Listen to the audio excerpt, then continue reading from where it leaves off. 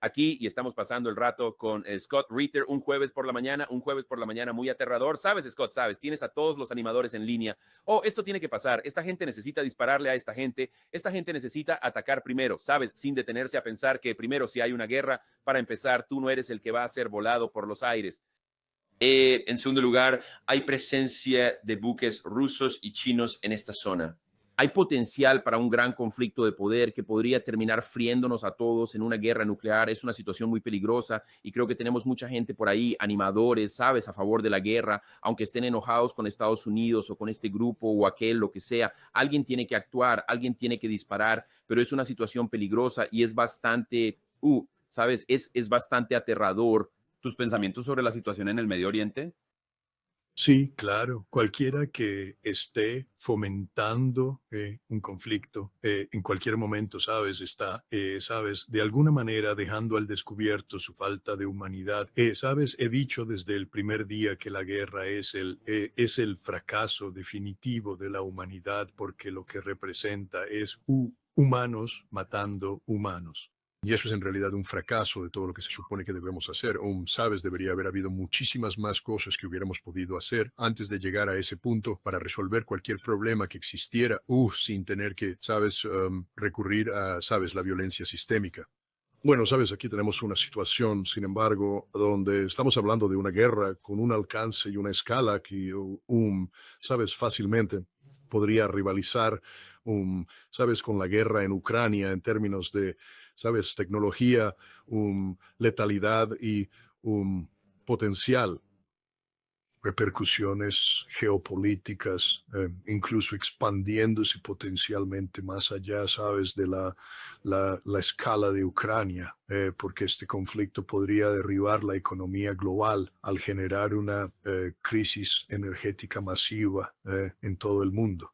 Así que, ya sabes, está todo ese asunto. Luego, si te pones a considerar, sabes que aunque esto en apariencia es entre Estados Unidos e Irán, en realidad es entre Estados Unidos y Rusia y China, los BRICS.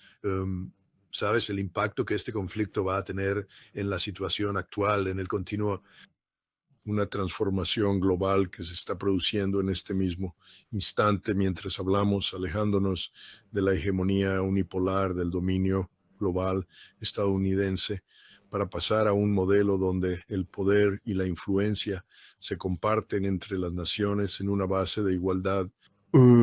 Yo no sé, ¿viste el discurso de Marco Rubio Fue una en la locura, era reunión con, completamente absurdo. quiero decir, él básicamente, sabes, él desecha los principios del orden internacional establecido, lo cual es algo bueno. Ya sabes, ya no hacemos eso, somos mucho peores. Se trata de reempoderar el colonialismo europeo, ya sabes. Se trata de, ya sabes, unirnos con Europa para volver al sur global y enseñar a esa gente morena quién es el jefe. Ya sabes, nosotros, ya sabes, quiero decir, de eso se trataba literalmente su discurso.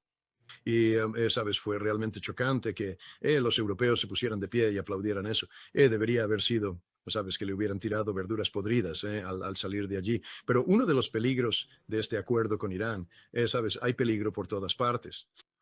Sabes, existe el peligro de que Estados Unidos pueda perder y no sabemos ni comprendemos cuáles serán las consecuencias cuando una superpotencia nuclear, sabes, se estrelle contra un muro.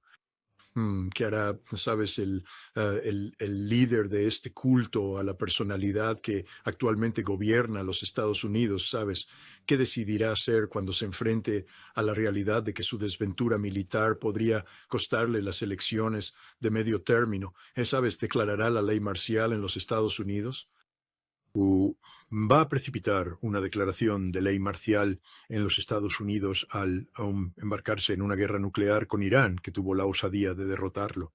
Sabes, pero igual de peligroso es si los Estados Unidos ganan y logramos derrocar con éxito al régimen iraní, porque ahora le habremos dado poder a este megalómano que cree que puede hacer lo que quiera, ya que, por supuesto, tuvo éxito en Venezuela y ahora se habría demostrado que también lo tuvo en Irán. Y, sabes, la arrogancia que, sabes, porque está rodeado de gente arrogante, el empoderamiento a Pete Hegseth, a Marco Rubio y a otros, sabes, será extraordinariamente peligroso. Él le permitirá a Rubio relanzar su programa de recolonización.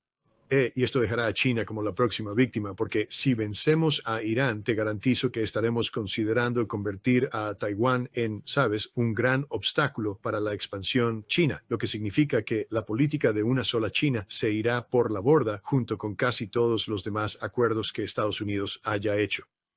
Y buscaremos fortificar Taiwán y usarlo como un tapón para bloquear, sabes, la expansión regional china. No vamos a hablar de contener a China en la segunda cadena de islas o en la primera cadena de islas. Los vamos a contener justo ahí en Taiwán.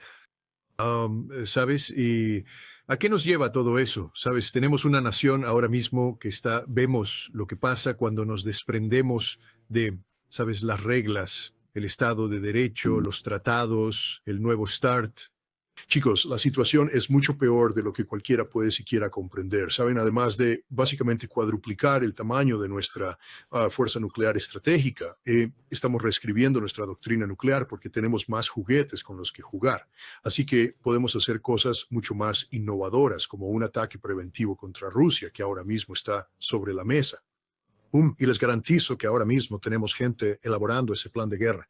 Un ataque preventivo contra China pasa ahora a ser prioridad, lo que significa que si alguna vez nos encontramos en una situación como la de Taiwán, donde parece que China podría estar haciendo algo que podría frenarnos, simplemente los eliminamos.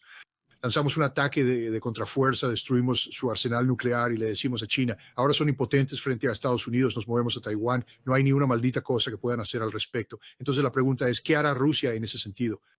Y luego no sabemos la respuesta a eso, pero, sabes, deberías tener clara la respuesta antes de aventurarte por ese camino. Y quizás lo más peligroso de todo, y de lo que nadie está hablando realmente, es que este es el fin del Tratado de No Proliferación Nuclear. Está hecho, está terminado. Ya no está, ya no cuenta. Pues, sabes, Arakchi, el ministro de Asuntos Exteriores, habló en el Consejo de Desarme en Ginebra, o en Viena, me parece.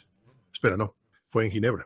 Y él dijo, sabes que si Estados Unidos nos ataca, eso sería una violación total y completa del Tratado de No Proliferación Nuclear. No es que a ningún estadounidense le importe, porque no muchos estadounidenses siquiera conocen el Tratado de No Proliferación Nuclear, pero al resto del mundo sí le importa, porque es una indicación de que Estados Unidos se niega a cumplir con su obligación como potencia nuclear de no atacar a un signatario del TNP. Y sin embargo, eso es lo que estamos a punto de hacer. Pero es aún peor que eso porque estamos revirtiendo la trayectoria que necesitamos seguir para cumplir con nuestra responsabilidad bajo el TNP. Sabes, decimos, Irán no puede tener un programa de armas nucleares. Eso es cierto. Pero sabes, se supone que no debemos tener uno a perpetuidad. Estamos obligados bajo el TNP a trabajar para llegar a cero. Y la trayectoria que habíamos estado siguiendo en el control de armas nos estaba llevando en esa dirección, 30,000, 12,000, 6,000, 1,550. Pero ahora hemos vuelto a subir a 4,000, 5,000, 6,000 con la posibilidad de ir aún más alto. Eso significa que Estados Unidos ha traicionado su confianza. Nadie puede confiar en esto ya. Hemos vuelto a poner las armas nucleares, ¿sabes? De moda otra vez. Y aquí está el resultado. Brasil, casi de inmediato, inició una discusión interna, diciendo que Brasil necesita volverse nuclear. Turquía, por su parte, también. Turquía ya ha estado hablando de ello. Turquía, eso es cierto, están hablando de ello. Y el presidente polaco acaba de decir, Polonia necesita volverse nuclear. Estoy aquí para decirles que estaremos lidiando con un número de 2 dígitos de naciones que decidirán obtener un programa de armas nucleares debido a lo que ha hecho la administración Trump. Y para empeorar las cosas, vamos a empezar a probar armas nucleares de nuevo. No podrán decir que no se los advertí, porque ya se los había dicho. Pero ellos simplemente se están apartando de, sabes, lo que ha sido un cumplimiento voluntario del Tratado de Prohibición Completa de Ensayos Nucleares. Nunca hemos, aunque fue firmado, nunca lo hemos ratificado, pero hemos acordado con Rusia y China no probar armas nucleares. Ahora estamos acusando a Rusia y China de hacer trampa. No tenemos ninguna evidencia de esto, eso te lo puedo garantizar, sin duda. Solo tenemos especulaciones. Pero no hay evidencia de que Rusia y China hayan hecho trampa, pero ahora los estamos acusando sí, de ello. Entonces decimos, por lo tanto, reanudaremos las pruebas nucleares, ya sabes. Así que, básicamente, ya sabes, el legado de casi 6 décadas de control de armas ha desaparecido. Volvemos al punto cero, pero recuerden, cuando ese punto cero existía originalmente a mediados de los años 60, estamos hablando de que Estados Unidos poseía apenas un puñado de misiles anticuados propulsados por combustible líquido. Algunos al principio eran misiles de combustible sólido, pero de nuevo estábamos lidiando con ojivas que se contaban por cientos, con los soviéticos quedándose bastante atrás en ese momento. El día de hoy, Estamos hablando de las armas más avanzadas que existen en todo el mundo. Y caramba, si de verdad queremos entrar en una carrera armamentista con Rusia, ¿sabes? Ya les hemos permitido sacarnos una gran ventaja en muchísimas ocasiones. Quiero decir, solo quiero señalar la incómoda realidad de que mientras Estados Unidos ha estado violando tratados de control de armas, retirándose de ellos y dándole la espalda al control de armas, Rusia ha estado inmersa en un programa de modernización, de disuasión nuclear estratégica, diseñado para contrarrestar la falta de buena fe de Estados Unidos.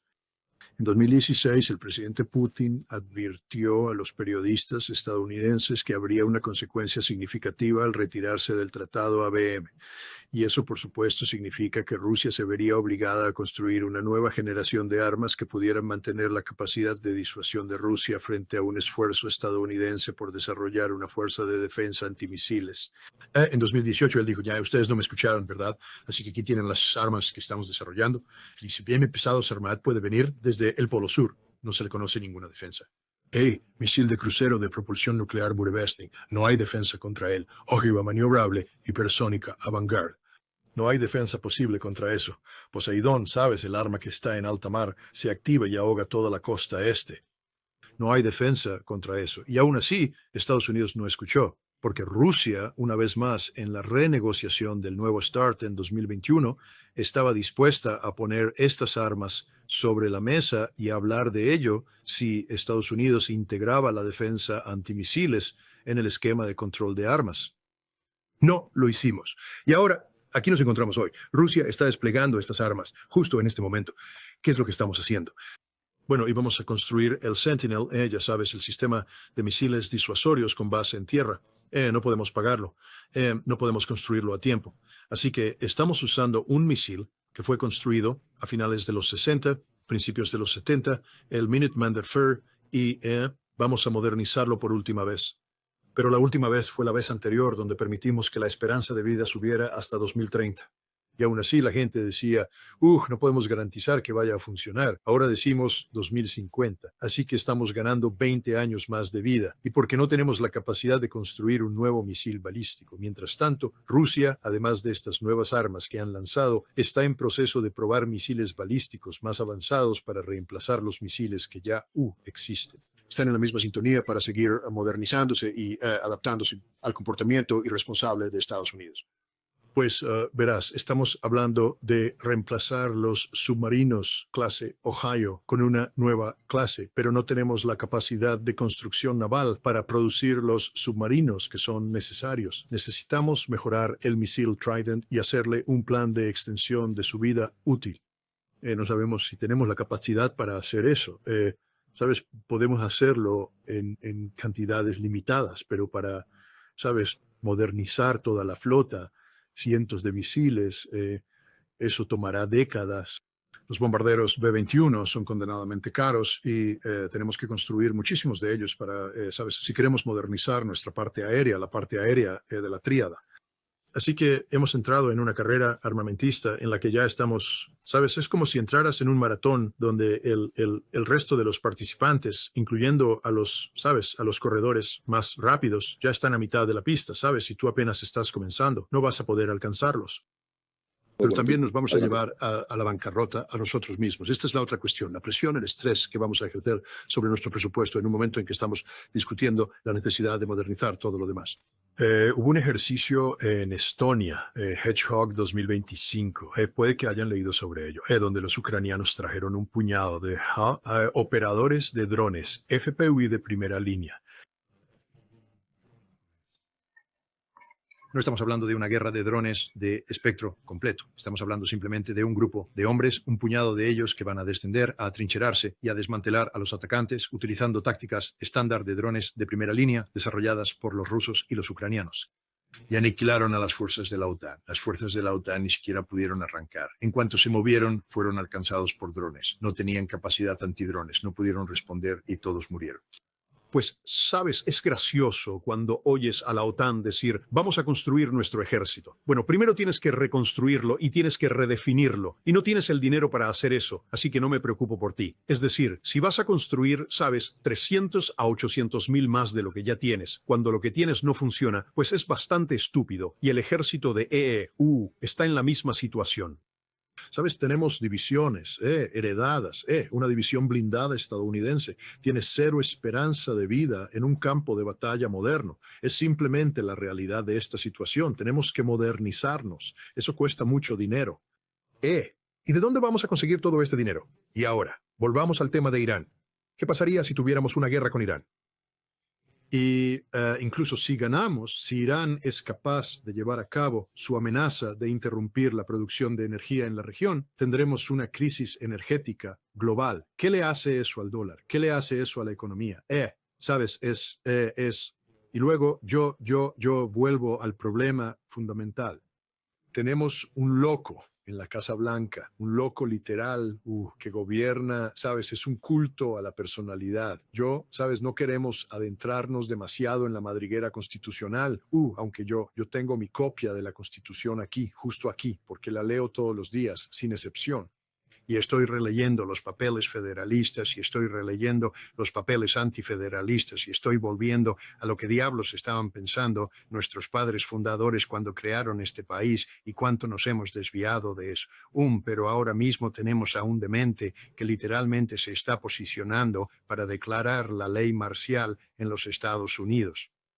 Y creo que si se enfrenta a un escenario donde es inevitable que pierda las elecciones de mitad de mandato, que este demente, este narcisista, nunca permitirá que eso suceda y que habrá una crisis que usará para desencadenar la ley marcial.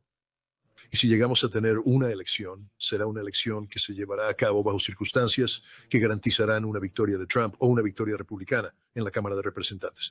Y una de las razones de esto es que nadie sabe absolutamente nada sobre la Constitución. Nadie parece comprender que todo lo que este hombre está haciendo es sencillamente algo fundamentalmente equivocado. ¿Sabes? Cuando te sientas ahí y afirmas que no necesitas una orden judicial para realizar un registro de ICE, que puedes usar una orden de detención, no necesitas ¿sabes? Puedes usar una orden administrativa. No se necesita una orden judicial, ¿sabes? Que la Cuarta Enmienda nunca se aplicó, nunca estuvo destinada a aplicarse a los inmigrantes ilegales. Un dato, la Corte Suprema ya ha decidido varias veces que sí se aplica específicamente a los inmigrantes ilegales. Esto solo demuestra la profunda ignorancia del público estadounidense con respecto a la Constitución, sobre lo que realmente significa ser una república constitucional. Y hemos degenerado en una nación de facciones. Ahora, ¿cuál es el verdadero peligro de eso? El documento federalista número 10. Quizás quieran leer un poco sobre ello. El peligro de las facciones. Hemos degenerado en una nación de facciones. Y uno de los objetivos principales de tener una unión fuerte era precisamente asegurar que el gobierno federal pudiera protegernos de esas facciones. Sin embargo, el propio gobierno federal tiene que protegerse a sí mismo contra el exceso de poder ejecutivo. Y es ahí precisamente donde entran en juego los controles y equilibrios.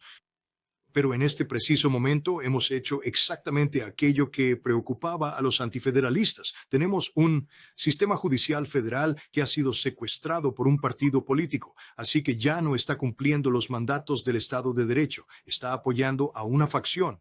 Y tenemos un Congreso que, de igual manera, se ha permitido no definirse por el deber hacia la nación y el apoyo a la Constitución, sino por el apoyo a facciones políticas. Y así, ahora, lo peor que todos los antifederalistas temían está a punto de suceder. Estamos degenerando en una dictadura, una tiranía donde el Estado de Derecho no importa en absoluto. No hay frenos ni contrapesos. Y cuando tienes un ejecutivo con un poder ilimitado, quiero decir, por eso lo que pasó en Minneapolis es tan importante. Nosotros, el pueblo de los Estados Unidos, nos quedamos de brazos cruzados y permitimos que el gobierno federal movilizara a 3,000 operativos paramilitares que tomaron el control de una ciudad. Sí, es que hay muchísimos problemas aquí y tú has articulado muy bien varios de ellos. Déjame preguntarte esto. Yo sé que has estado prestando atención a las llamadas, a las supuestas conversaciones de Ginebra. Quiero decir, sabes, se les conoce como conversaciones de paz, se les conoce como negociaciones, pero quiero decir, cuando envías, sabes, hay personas que realmente creen que Kushner y Witkoff son diplomáticos legítimos. Yo no lo creo en absoluto, porque sencillamente no son diplomáticos. Ellos no han sido seleccionados para ese cargo. Tampoco han sido ratificados por el Senado de la Nación. No poseen absolutamente nada de eso. No son más que un par de donades que Trump dijo, estos tipos son cercanos a mí, mi compañero de golf y mi yerno. Eso no significa nada en el mundo real y sé que los rusos lo saben. Pero a mí me da la impresión de que los rusos están de una manera muy caballerosa cumpliendo con el mero formalismo de entablar conversaciones con quien sea que necesiten hablar, con la persona o el representante que los Estados Unidos decidan enviar para este propósito. Incluso hablaron con los ucranianos al llegar allí para despotricar y vociferar y exponer la locura del régimen de allí. Sus pensamientos sobre estas supuestas conversaciones y como la última vez que tú y yo estuvimos en Rusia y hablamos una y otra vez y dijimos, no, solo hay una forma de ganar una guerra y esa es ganarla y eso es exactamente lo que va a pasar aquí. En fin, junta todo eso, las charlas de Ginebra, todo el asunto, tu opinión al respecto. Bueno, antes que nada desglosaremos las conversaciones sobre Irán. Aquí no hay ninguna diplomacia seria. Estados Unidos tiene una única política y ese es el cambio de régimen. Es una política declarada por el propio presidente recientemente. Es decir, ha hecho comentarios repetidos en su red social Truth sobre que Khamenei debe irse. Es hora de poner fin a este régimen. Y Jared Kushner, el 50% del equipo negociador, antes de ir a Omán para iniciar las negociaciones, tuve una reunión en Florida con líderes empresariales iraní-estadounidenses para crear el Consejo de Transición que tomará el control en Irán una vez que hayamos derrocado al régimen. Así que aquí está el hombre que se supone que está negociando un acuerdo con Irán para evitar un conflicto, una crisis existencial, pero ha revelado el plan de juego al reunirse con las personas a quienes ha posicionado para que asuman el poder del régimen, ¿sabes? Cuando la acción militar que esta diplomacia está orquestando comience. Y esto es exactamente lo que está sucediendo. Quiero decir, el propósito fundamental de todo esto era, sabes, la labor de Witkoff consistía en infundir una falsa esperanza a los iraníes. Y eso fue precisamente lo que hizo en Ginebra. Él les dio una falsa esperanza. Observa a Arakchi. El pobre Arakchi salió y declaró, oigan, hay algo realmente positivo aquí. Sarchan, volvemos a Irán y vamos a trabajar en el texto para que podamos reunirnos en 2 semanas en Ginebra y avanzar en esto. Tenemos un marco acordado y los iraníes están todos emocionados con esto. Todos están volviendo a Teherán y todos están haciendo el trabajo duro. Y Witkoff y Kushner se están chocando las manos porque tuvieron éxito. Ahora se dirigirán a Rusia, a lo que llegaré en un segundo. Pero ¿sabes qué ha pasado en estas 2 semanas? ¿Sabes? Las conversaciones de Oman fueron simplemente para ganar tiempo para que Estados Unidos reforzara el escudo de defensa antimisiles. Es decir, no sé si la gente ha estado contando los vuelos de C-17 que entran y salen de Oriente Medio, pero se puede decir que cada 73 vuelos equivalen a una batería Patriot. Creo que es un poco menos que eso, obtienes una batería THAAD, pero, sabes, hemos desplegado al menos 2 baterías THAAD, lo que nos llevaría a 4 en la región, el 50% de la capacidad de Estados Unidos, sabes, la capacidad en THAAD a nivel global. Y creo que, sabes, probablemente vimos otras 2 o 3 baterías Patriot ser desplegadas. Pues, sabes, elevando la cifra, sabes, a cerca de 10, quizás 12 en total desplegados allí. Nosotros, sabes, tenemos 15 en total en el mundo y, sabes, 2 de ellos están en Ucrania. Así que, sabes, desplegamos de forma anticipada, adelantamos un montón de defensa aérea mientras Omán estaba teniendo lugar. Entonces, ¿por qué ir a Ginebra? Hacer que los iraníes vayan a Teherán por 2 semanas a trabajar en un plan nuclear mientras aumentamos nuestra capacidad de ataque. Y algunos dicen que para el sábado tendremos 2 grupos de ataque de portaaviones con aproximadamente 160 ya sabes, aeronaves de combate respaldados por cientos de cazas tácticos estadounidenses, cazabombarderos, aviones cisterna, aeronaves de guerra electrónica, AWACS, el puesto de mando aerotransportado de alerta temprana y control y otras cosas. Básicamente hemos reestructurado nuestra postura militar en Oriente Medio para llevar a cabo una campaña aérea de varias semanas que tiene una misión muy específica y que implica una especie de cambio de régimen. Pero también es una campaña que está directamente vinculada a las exigencias de Israel, al requisito de Israel de que no podemos ser alcanzados por misiles de forma sostenida. Así que fíjense en la estructura del avión que está entrando. Yo no sé si la gente hace eso, ¿saben? Ellos suelen decir, oh, tantos, tantos, tantos, muchos F-16. La mayoría de los F-16 son lo que llaman variantes Wild Weasel. Son para la supresión de defensas aéreas enemigas. Estos son los aviones que entran y neutralizan las defensas aéreas enemigas. Están específicamente entrenados. Tienen equipo altamente especializado. Los pilotos son expertos en esta operación. ¿Por qué tenemos tantos Wild Weasels? Porque normalmente no buscarías entrar y directamente interdictar así. Si estás haciendo ataques de distancia, usarías otros sistemas de armas para eliminar la defensa aérea. Pero esto va a entrar para suprimir la defensa aérea y así poder controlar los cielos sobre ese territorio. ¿Por qué? Porque vamos a imponer un dominio aéreo sobre las zonas operacionales de misiles balísticos de Irán de antemano.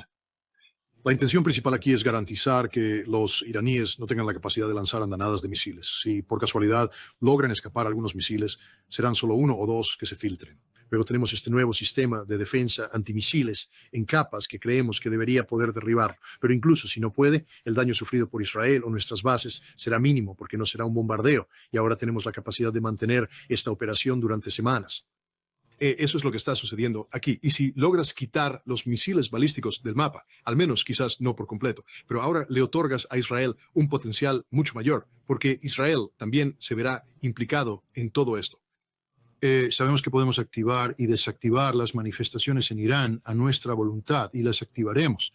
Y sabemos porque hemos recopilado la información de inteligencia sobre a quienes movilizaron los iraníes, cuándo, dónde y de qué manera, que suprimiremos la capacidad de Irán para responder a estas manifestaciones. Y como el presidente Trump ha amenazado, probablemente sabemos dónde está el Ayatollah Ali Khamenei y lo vamos a matar. Y vamos a matar a al Peskeshgi, al presidente. Mataremos al parlamento. Vamos a decapitar a la cúpula iraní. Ese es nuestro objetivo, esa es nuestra meta.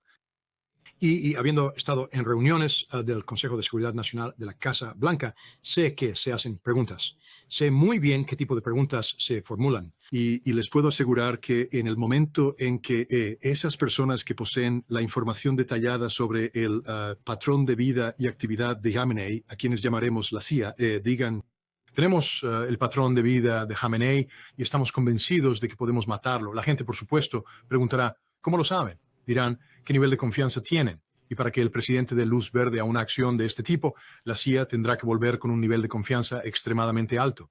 Lo que ahora plantea la otra pregunta, la última vez que el presidente estuvo tan arrogante con un cambio de régimen fue con Maduro, y tú y yo hemos tenido esta conversación antes. Mucha gente pensó que Venezuela opondría más resistencia, que sería imposible derrocar al régimen, la gente salía a las calles y todo eso. Y ahora tenemos al vicepresidente básicamente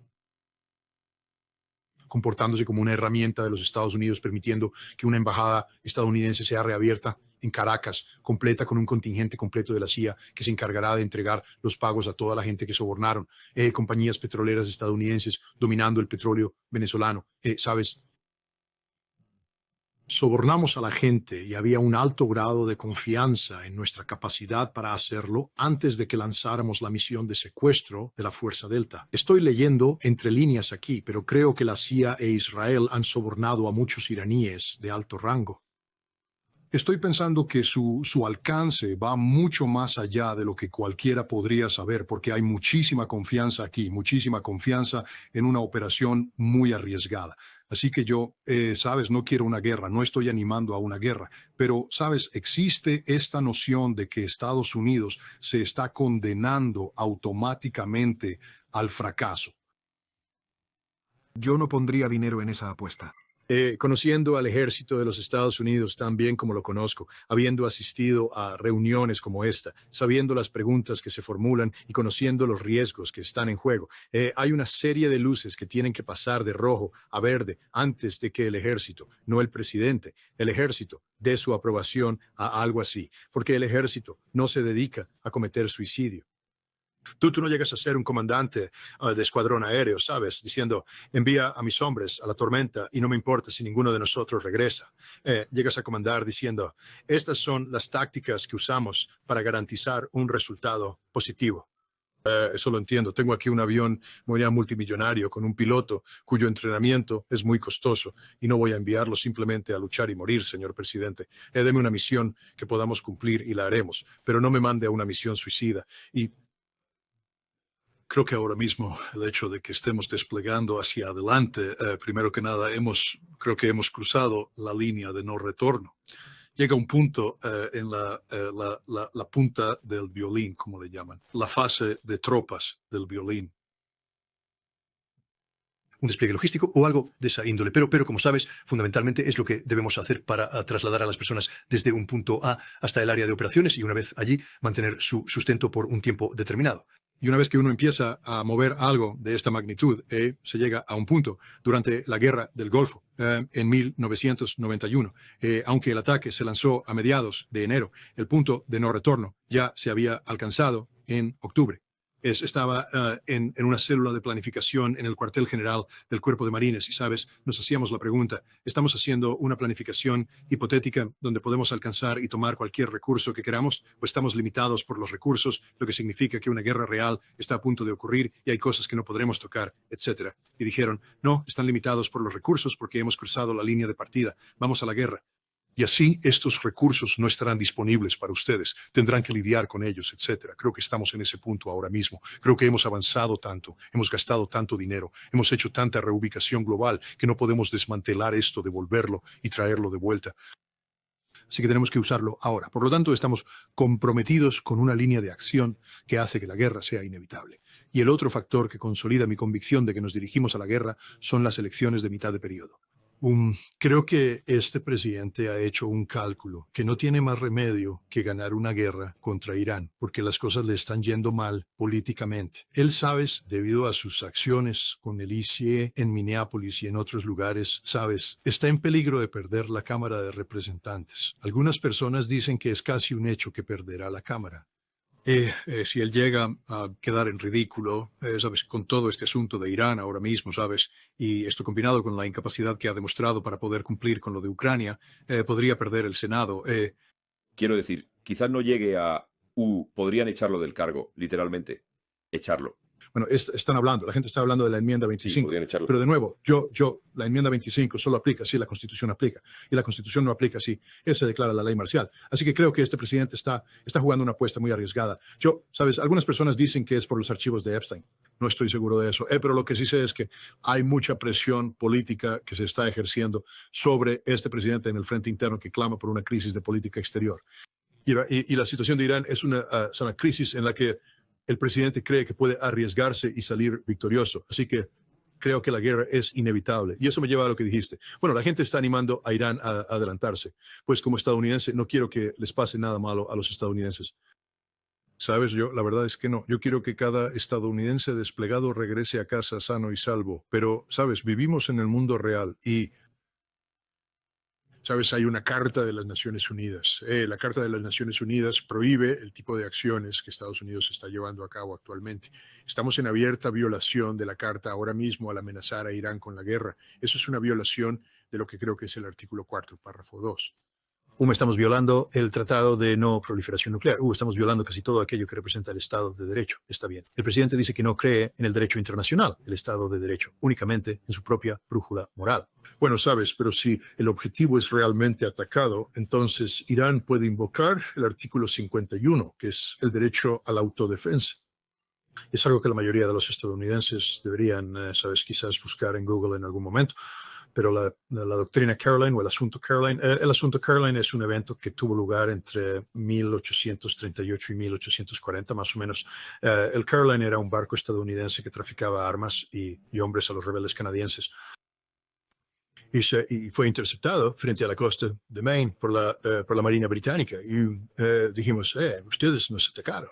ustedes cometieron un acto de agresión contra nosotros. Y la Marina Británica dijo, no, nosotros llevamos a cabo una autodefensa preventiva porque el Caroline representaba una amenaza inminente para nuestra seguridad nacional que teníamos que anticipar. El caso llegó a la Corte Suprema de los Estados Unidos y la Corte Suprema de los Estados Unidos en la decisión sobre el Caroline dijo, sí, el Caroline representaba una amenaza inminente y los británicos tenían todo el derecho de interceptarlo. Y esa decisión de la Corte Suprema ahora se ha convertido en un pilar del derecho internacional en lo que respecta a la acción preventiva. Rusia la citó en su defensa de la invasión a Ucrania e Irán tendría todo el derecho de hacerlo. Y de hecho, es la única forma en que Irán emerge de esto con alguna posibilidad de supervivencia, es anticiparse a lo que Estados Unidos está haciendo. No me animan a hacer eso. Dije, si yo fuera Irán, lo mismo, como digo, si yo fuera Irán, si tú dijeras, si estamos ahí parados y dice, bueno, voy a salir y voy a buscar un garrote y cuando vuelva te voy a golpear en la cabeza con el garrote, te pelearía ahora mismo, preferiría pelear. Si tengo que pelearte, preferiría pelearte sin garrote que con un garrote. Y si dijera, bien, en cuanto tenga todo construido, iré a buscarte. Yo diría, bueno, ¿por qué te esperaría a que tuvieras? ¿Sabes a lo que me refiero? Así que quiero decir, desde una perspectiva puramente lógica, tendría sentido. Y nosotros no queremos la guerra. Ambos somos personas muy antiguerra y luchamos para oponernos a ella. Y conocemos el peligro que hay aquí. Pero solo desde una perspectiva lógica, si alguien está preparando sus fuerzas para usarlas en tu contra, es sensato decir, si voy a enfrentarte, ¿por qué esperaría a que estuvieras en tu punto más fuerte para luchar? Quiero enfrentarte en tu momento más vulnerable. Y una vez más, aquí es donde, sabes, Steve Witkoff probablemente recibirá la Medalla Presidencial de la Libertad porque hizo su trabajo. Él consiguió que los iraníes creyeran que Estados Unidos hablaba muy en serio sobre las negociaciones. Y a menudo están en Teherán charlando sobre cómo elaborar un texto que sea satisfactorio para Steve Witkoff cuando se reúnan en 2 semanas en Ginebra. No vas a estar vivo en 2 semanas, ¿vale? Vas a estar muerto porque te vamos a atacar y te vamos a matar. Y la gente dice, bueno, eso es ridículo, Scott. Bueno, eso es más o menos lo que hicimos en junio, ¿no? ¿Sabes? Preparándolos con diplomacia y luego dejando que Israel atacara por sorpresa, un ataque que ayudamos a facilitar, matando a su equipo negociador y a sus líderes. ¿Sabes? Las prácticas pasadas se repiten y me temo que esto es lo que estamos viendo ahora mismo. Esto no puede ser solo otro ejemplo de la bravuconada de Donald Trump, porque, como ya he dicho, sabes, hemos desmantelado sistemas de defensa aérea en Corea del Sur y los hemos llevado a Oriente Medio. Hemos desmantelado sistemas de defensa aérea en otras partes del Pacífico y los hemos traído para, sabes, defender a Israel, para defender nuestras bases. Hemos creado una ventana de vulnerabilidad en el teatro de operaciones del Pacífico que no puede permanecer abierta para siempre. Eventualmente estos activos tendrán que ser devueltos al Pacífico. Si hacemos eso sin resolver el problema de Irán, simplemente se vuelve demasiado costoso. No podemos, como dije, se necesitan 73 vuelos de C-17 para traer una batería Patriot. Tendríamos que desmantelar todo, traerlo de vuelta y luego, si alguna vez decidiéramos que necesitamos resolver lo de Irán, hacerlo de nuevo. Eso no va a... Este es un buen trato único. Nos estamos despojando aquí, reduciendo nuestra presencia en Europa y maximizando la capacidad aquí. Estamos a favor de desplegar el grueso de nuestra fuerza aérea de combate, volviendo a mermar los recursos que se encuentran en contingencia en otras partes, creando así ventanas de vulnerabilidad. Pista, China, Taiwán. Pero bueno, esto es una oportunidad única. Tenemos que hacerlo ya o no se hará nunca más. Es un tipo de acuerdo. Por eso me siento confiado y no lo digo con alegría, lo digo con dolor en mi corazón, que atacaremos a Irán más pronto que tarde. Así que ahí está mi pronóstico. Y ahora en Rusia, el famoso equipo negociador de Witkoff y Kushner, que suena como un mal bufete de abogados, se ha, sabes, sentado con los ucranianos y los rusos en Ginebra para, sabes, básicamente construir sobre lo que se consideraron negociaciones relativamente exitosas que tuvieron lugar en Dubái previamente. Pero lo que fue interesante fue la composición de los equipos negociadores. En Dubái, los rusos trajeron un equipo que estaba, sabes, fuertemente influenciado por militares, por la inteligencia militar. Y se cree que en ese preciso momento los rusos ya habían expuesto su postura, la cual no tiene intención de cambiar con respecto a, sabes, la disposición final de los territorios y lo que Rusia estaría dispuesta a aceptar y lo que Rusia no aceptaría. Rusia sigue hablando de Alaska, del espíritu de Alaska y de la solución de Alaska. Y de nuevo, no lo han explicado claramente, pero creo que eso significa que Ucrania se retira de la totalidad del Donbass y que Rusia congela la línea de contacto donde está actualmente. Y luego procederán desde allí, una vez que se declare un alto el fuego. Esto sería doloroso para Rusia, pero es lo que Vladimir Putin propuso en Alaska, en un esfuerzo por poner fin a este conflicto. Y, sabes, el ejército lo ha explicado claramente. Así que ahora los ucranianos están en la posición en la que, sabes, uno ve a Budanov intentando decir, puede que tengamos que aceptar esto, así que lo más probable es que debamos aceptarlo y ponerle fin a esta situación rápidamente. Pero ahora pasamos a lo que resta de la historia, que se adentra en las garantías de seguridad. Y casi con la misma importancia la cuestión de... Porque Estados Unidos ha definido las garantías de seguridad no solo en términos de, sabes, lo que sucede con Ucrania en el área de operaciones de la operación militar especial, sabes, sino también de las garantías que ofrecemos para el monitoreo y todo eso. Pero también decimos que la suma de las mejores garantías de seguridad que tenemos para Ucrania es que Estados Unidos esté estratégicamente comprometido económicamente con Rusia. Y, sabes, mientras Dubái estaba teniendo lugar, Kirill Dmitriev fue a Miami y se reunió con Witkoff. Y de la reunión de Miami se elaboró un documento en el que se detallaban 7 puntos. Y no tiene nombre, no hay nada, pero fue publicado y se ha discutido. Y Dmitry Peskov, el portavoz del Kremlin, al abordar ese documento, lo relacionó con Dmitriev y, sabes, dijo, sabes, estamos discutiendo temas de esta índole. Él no adoptó específicamente los 7 puntos, pero los 7 puntos son muy, muy curiosos, Garland. Una de ellas es que Rusia se opondrá a la desdolarización. Ahora Peskov abordó esto específicamente cuando dijo, Rusia nunca ha estado a favor de la desdolarización, que la persona que impulsa la desdolarización es Estados Unidos. No fue Rusia quien dijo, no, no queremos usar el dólar. Fueron los Estados Unidos quienes dijeron, no, Rusia no puede usar el dólar.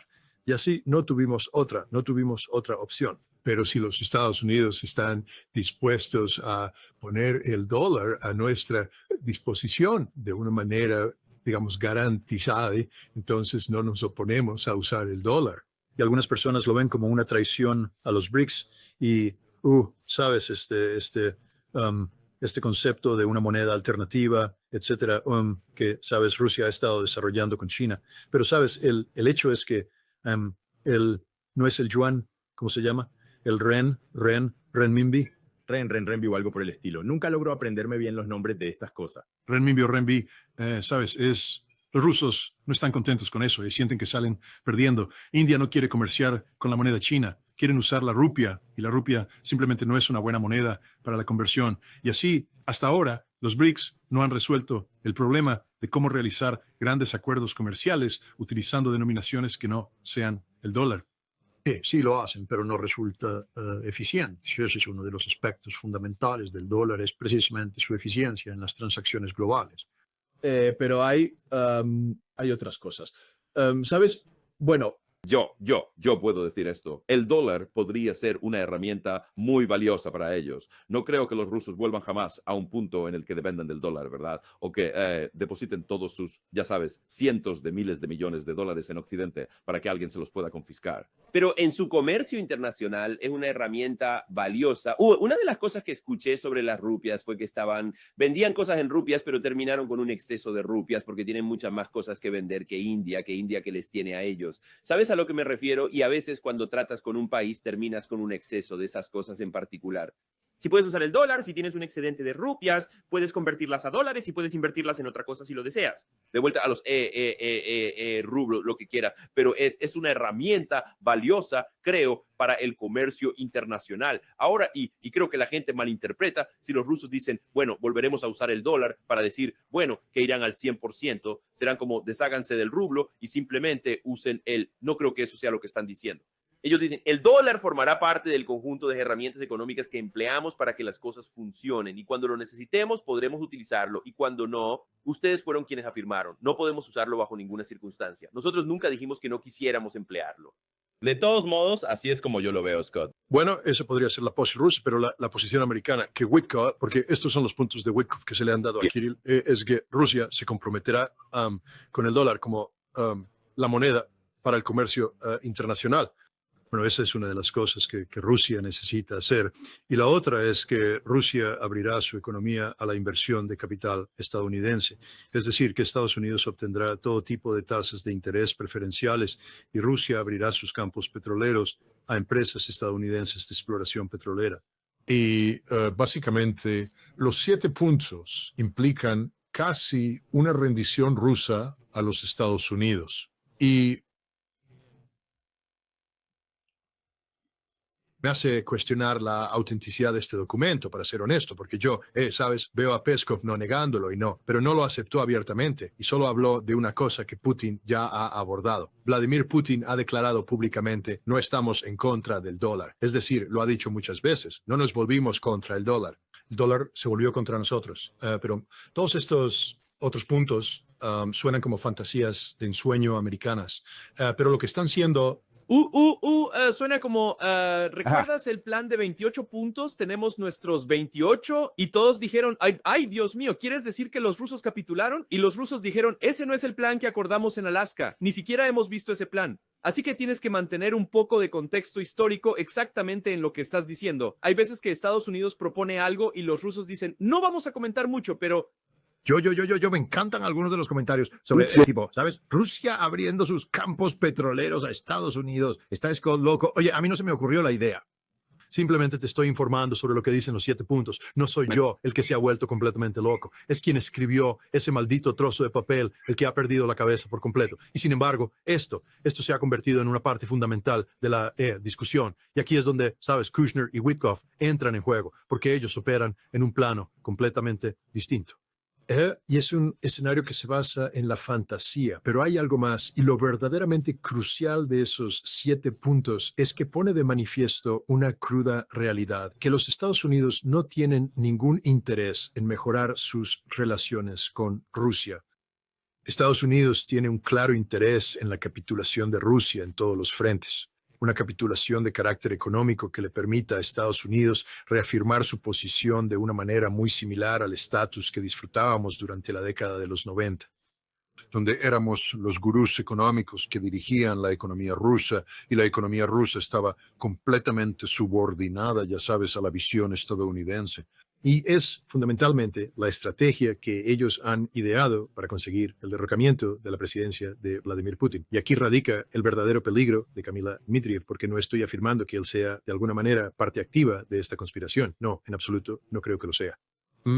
Pero yo diría que solo echen un vistazo a Gilbert Doctor o John Helmer, dos saben observadores externos. Ambos están hablando abiertamente de una división abierta, una escisión en el gobierno ruso sobre estos temas, de que hay una división, la gente se está volviendo contra Putin, los días de Putin están contados, está acabado.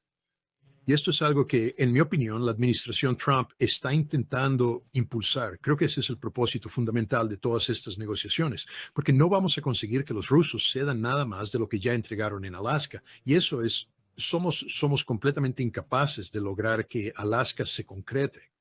Así que lo que estamos haciendo es alargar estos acuerdos. Estamos creando la impresión de que aceptaremos el acuerdo militar. Ahora estamos llegando a estos otros detalles y está obligando a los rusos a abordar estas cuestiones. Y al abordar estas cuestiones, se crea la percepción de una división. Pero, como ya le he dicho a la gente, y sé que algunas personas creen que soy arrogante, y eso es lo que hay, ¿qué le vamos a hacer? Quizás lo soy, quizás soy arrogante por una razón. ¿Sabes? Una de las razones es que puede que conozca Rusia mejor que tú. Y diré esto, que, ¿sabes? Uno de los Kirill Dmitriev no es miembro del gobierno ruso. Es un forastero que han traído, a quien se le ha puesto a cargo de formar un comité, ¿de acuerdo? Pero un comité no es un departamento, un comité no es un ministerio. Kirill Dmitriev no está al mismo nivel que Sergei Lavrov. Kirill Dmitriev no está al mismo nivel que, ¿sabes? Belousov, el ministro de Defensa. Él no está a la altura del jefe del FSB o del SVR. ¿Ves? Ese es el gobierno ruso. Y el gobierno ruso está unido en el plan que Vladimir Putin, el presidente ruso, presentó, pero ¿sabes? En junio de 2025, antes de Alaska. Pero ir a Alaska estaba abriendo una nueva oportunidad diplomática, un nuevo, ¿sabes?, mecanismo de acercamiento. Y aquí es donde Witko y Dmitry han entrado en juego. Ellos no forman parte del sistema que estaba en conflicto. Lavrov y Rubio no conseguían ponerse de acuerdo, tenían visiones incompatibles del mundo. Así que Witko y Dmitry han llegado y tienen un lenguaje en común, el lenguaje de los negocios. Creo que esto fue una trampa tendida por los Estados Unidos. Yo realmente creo que la CIA está detrás de prácticamente todo lo que se está llevando a cabo aquí con Rusia. No creo que la administración Trump tenga ninguna buena intención en absoluto hacia Rusia. Y la CIA está jugando la misma carta estratégica que han estado jugando durante muchísimo tiempo, que es básicamente hacer que Rusia colapse desde dentro. Tuvimos éxito en la Unión Soviética. Los controlamos usando ese mecanismo bajo Boris Yeltsin y estamos intentando revivirlo. Miren a Joe Biden cuando fue allí en marzo de 2011. ¿Sabes? Cuando Dmitry Medvedev era el presidente y le decíamos, tienes que quedarte como presidente. No permitan que Vladimir Putin regrese. Biden dijo literalmente antes de unas elecciones rusas, no sería bueno para Vladimir Putin o Rusia si yo volviera a ser presidente. Y déjenme dejarlo claro, tenemos muchos capitalistas estadounidenses que quieren venir e invertir dinero en Rusia y estamos listos para hacerlo. Queremos que eso suceda, pero para hacer eso tienen que pasar por reformas políticas. Es necesario que hagas un cambio. Tienes que hacer cosas que nos proporcionen un poder mucho mayor. Es necesario que se libere el poder central. Debes dar autoridad a estos grupos de oposición que hemos creado. Tenemos que tener voz y voto sobre cómo se utiliza nuestro dinero en Rusia y todo lo demás. Ese es, precisamente, el plan de 7 puntos que Kirill Dmitriev está promocionando y difundiendo en este preciso momento. Se trata, ni más ni menos, de un elaborado plan maestro de la CIA diseñado específicamente para provocar el colapso de Rusia desde su propio interior. Y yo, sinceramente, sé con certeza que algunos rusos son conscientes de esto, porque he tenido la oportunidad de hablar directamente con ellos. Y estos son rusos que ocupan posiciones bastante importantes y de alto nivel. Déjeme añadir esto. Y sigo escuchando y leyendo lo que dice Lavrov. Vaya, él está en otra onda. ¿Sabes? Lavrov dice, recientemente dijo, mira, esta gente ni siquiera cambia las leyes para los rusoparlantes, ¿sabes? De hecho, cuando tuvieron una reunión y los ucranianos siempre hacen esto.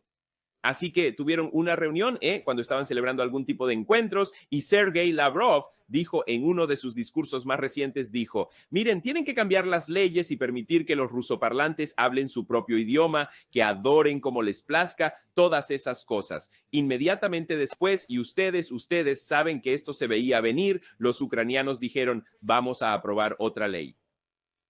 Y que les sea ilegal, ¿sabes? Proscribir completamente la iglesia. Así que cada vez que los rusos digan algo como, bueno, van a tener que permitirles comer pan de centeno, los ucranianos dirán, el pan de centeno es ilegal. Y así, y lo de Lavrov, ¿sabes? Yo escuché, ¿sabes? Es como Putin y Medvedev. Es como Kirill Dmitriev y Lavrov. Una de las cosas en las que los rusos parecen ser muy hábiles es siempre tener a alguien que dice, estamos cerca de un acuerdo, tenemos un acuerdo, las cosas pintan bien, y siempre tienen a otro tipo que es un perro guardián, un tipo duro, diciendo, esta gente es un montón de idiotas, fuera. ¿Sabes a lo que me refiero? Es como si juegan a eso, pero son muy sutiles en la forma en que lo hacen. Sí, no, bueno, sabes, mira, yo tengo que admitir, sabes, que Dmitry me ha confundido desde el primer día. He estado intentando entrevistarlo y nos seguimos mutuamente en Telegram y en Twitter, pero hasta ahora no he podido conseguir la entrevista. Y estoy pensando que hay una razón para ello, porque creo que Dmitriev sabe que le estoy siguiendo la pista. No es que esté haciendo nada malo, sino todo lo contrario. Yo creo que Dmitriev es un montaje ruso. Y yo también estoy igual. Yo creo que en el fondo, ¿sabes? Putin y todos se preguntaron, ¿Trump habla en serio? Porque Trump ya los había fastidiado antes. No es su primer rodeo con Trump. ¿Recuerdas primer mandato? Quiero ser amigo de Rusia. Ustedes son lo mejor que ha habido, pero al final resulta que fui el más fuerte con Rusia, impuse más sanciones. Me saben, y no lo dijo, pero construí 20 bases de la CIA diseñadas para llevar a cabo operaciones de inteligencia ofensivas dentro del territorio ruso con el propósito de derrocar a Vladimir Putin. Otra cosa no dicha, permití a la CIA dar información de objetivos a los ucranianos para que 91 drones podrían ser disparados contra la residencia del presidente ruso mientras yo hablaba con el presidente ruso, mientras él estaba en esa residencia. ¿Sabes? Estas son cosas que, sabes, nadie lo menciona, pero deberían ser, evidentísimos. Así que ahora, ¿sabes? Cuando los rusos están diciendo, ¿qué hacemos con los estadounidenses? Bueno, no puedes simplemente cortar por completo la diplomacia, porque eso podría empujar a los Estados Unidos a hacer cosas que realmente no quieren hacer, pero no se les da otra opción. Pero si llevas a los Estados Unidos a pensar que están yendo en la dirección que quieren y agotas recursos, desvías la atención. Mientras tanto, mientras tú lograbas todo lo que decías querer lograr, mira lo que han hecho los rusos. No han tenido ninguna desviación en las líneas del frente en absoluto. Han conseguido que Donald Trump haga la vista gorda a esta nueva guerra energética que Rusia está ganando, porque Trump está como enamorado del plan económico de 7 puntos que Kirill Dmitriev lleva en sus pequeñas y calientes manos. Y esto está circulando por Rusia, haciendo que la gente hable de ello. Y Peskov lo está comentando en público. Y ahora Gilbert Doctorow, que es el agente de desinformación por excelencia del MI6, ¿sabes? Está diciendo, hay una división dentro de Rusia. Putin va a caer. Y John Helmer está leyendo e informando, sí, hay una división, esto es realmente malo, esto es realmente malo. Y sin embargo, todo el mundo que conoce Rusia y que va a Rusia dice, yo no veo ninguna división, y entonces te hace preguntarte, ¿qué demonios está haciendo Dmitriev? Creo que el tipo va a terminar siendo considerado un héroe de Rusia. Creo que pasará a la historia como una de las mayores estratagemas de inteligencia que se haya llevado a cabo, porque lo pusieron ahí, consiguió que Witkoff y Kushner se aferraran a él y consiguió tener a Trump justo ahí. Y los estadounidenses creen que están arrastrando a Rusia en una dirección específica, pero en realidad es Rusia la que está arrastrando a Estados Unidos en una dirección. Y uno de estos días los rusos van a decir, no, nosotros no vamos a hacer nada de eso. Por cierto, ya ganamos la guerra. ¿Qué van a hacer al respecto? Algo así. Y sabes, complicando aún más la situación, aunque fue de forma indirecta, volvemos a lo de Hedgehog 2025. Es decir, la OTAN está ahí sentada hablando, es decir, acaban de tener la conferencia de seguridad de Múnich, donde todas las lesbianas transgénero de la OTAN salieron y se golpearon el pecho y hablaron de lo brillante que era su lápiz labial y de cómo iban a construir los ejércitos más grandes del mundo y reafirmar su autoridad y que iban a ser tan grandes y tan fuertes y que simplemente iban a estar tan militarizados. Y sin embargo, un puñado de operadores de drones ucranianos que dominaron el arte de la guerra de drones en el campo de batalla contra operadores de drones rusos aniquilaron a las fuerzas de la OTAN. Los aniquilaron. Ni siquiera pudieron salir de la línea de salida. Ahora, la pregunta es, ¿qué haría Estados Unidos? ¿Cómo se desempeñaría Estados Unidos? Y les digo ahora mismo, no nos iría mejor, porque tampoco estamos preparados para esa guerra. Y entonces no es que Estados Unidos tenga muchas opciones. ¿Sabes qué tan emocionados van a estar los británicos y los franceses ahora?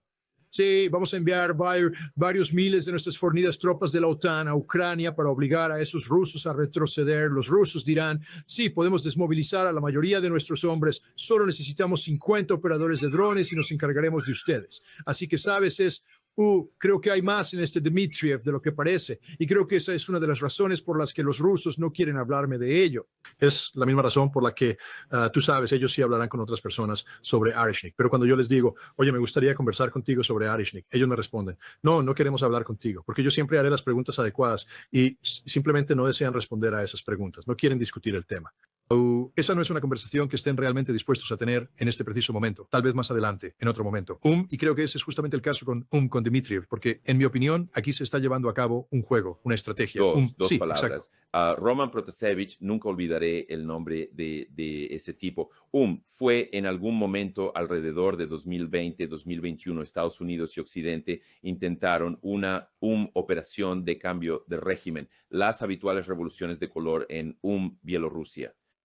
Y este tipo, Roman Protasevich, él y su novia lo estaban liderando y tenían los principales canales de Telegram. Y ellos encabezaron la protesta y encabezaron todo. Y luego intentaron escapar y se subieron a un avión. Y antes de que pudieran bajar del avión, Bielorrusia forzó el avión a aterrizar y los bajó a ambos del avión. Salió en las noticias, estaban esposados y todo. Y Occidente escribió cómo se atreven. Era un luchador por la libertad, bla, bla, bla. Y luego, hace aproximadamente un año, salieron algunos artículos en la prensa y Roman Protasevich estaba de pie junto a Lukashenko recibiendo un premio porque en realidad era un espía al servicio de su régimen. Así que tenías a un espía bielorruso que estaba dirigiendo corriendo y operando sí, todo claro que el sí. asunto. Durante todo el tiempo. Y él está recibiendo esta medalla. No sé si su novia estaba involucrada o si ella Sí, recibió ella lo era, una. sí, ella lo Ella era, sí, recibió sí. una medalla de novia también, quiero decir, fue increíble. Pero este es el tipo de juego profundo que hacen los servicios de inteligencia serios. Desafortunadamente, la CIA ya no es una agencia de inteligencia seria. Nosotros no tenemos la paciencia para esa clase de sofisticación. Los israelíes sí la tienen. Los israelíes son capaces de llevar a cabo ese tipo de cosas. No lo somos. Pero, sí, tienes razón. Felicitaciones a la KGB bielorrusa, porque lo hicieron muy bien. Desafortunadamente, Gar, tengo que irme ya. Tengo una cita con el dentista, así que me tengo que ir. Así que, bueno, eso es todo. Bueno, entonces, de acuerdo, muchas gracias. Oye, bueno, les mostraré a todos. ScottRitter.com antes de que te vayas. Muchas gracias, Scott. Hablamos pronto. De acuerdo, adiós. Bueno, a todos, antes de irnos, déjenme recordarles. He perdido ScottRitter.com. Muy bien, aquí estamos. Antes de que te vayas, si quieres conocer todo el buen trabajo de Scott, échale un vistazo aquí, scottritter.com. Y ahí tienen ustedes una gran variedad de cosas como Trump Watch, The Russia House, las diatribas de Ritter y todo tipo de contenidos que Ritter está produciendo. El programa de Russia House es excelente. De hecho, tuve la oportunidad de participar en algunas de las entrevistas de The Russia House que se realizaron en Moscú. Ahí pueden ver nuestra pequeña mesa justo allí en la capital rusa, Moscú. Nos lo pasamos muy bien. Y déjenme decirles a quienes, más allá de este programa, tienen que ir a ver The Russia House. Se sorprenderán de las cosas que aprenderán. Está Sergei Karaganov. Y básicamente, como un ejemplo, permítanme darles una muestra de algo que ocurrió cuando estábamos realizando nuestras entrevistas para el programa Russia House. Hablamos con un tipo, y está ahí, Scott y yo lo hicimos. Hablamos con un tipo